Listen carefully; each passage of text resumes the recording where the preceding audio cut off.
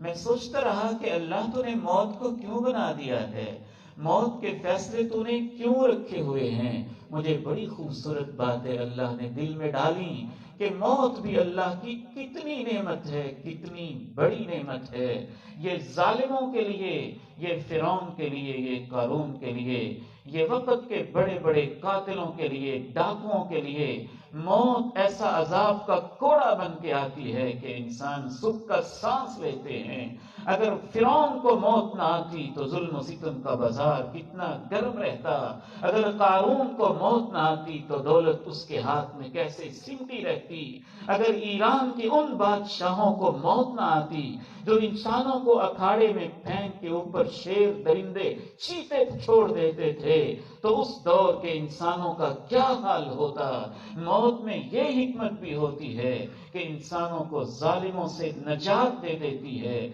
موت کے اندر یہ حکمت بھی ہوتی ہے کہ بندہ مومن کو دنیا کے جھمیلوں سے نجات دے کے جنت کی سیڑھیوں پہ روانہ کر دیتی ہے۔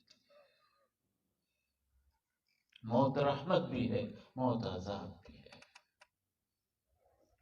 وَفِي الْآخِرَةِ عَذَابٌ شَدِيدٌ وَمَغْفِرَةٌ مِّنَ اللَّهِ وَرِضْوَانٌ وَمَا الْحَيَاةُ الدُّنْيَا إِلَّا مَتَاعُ الْغُرُورِ۔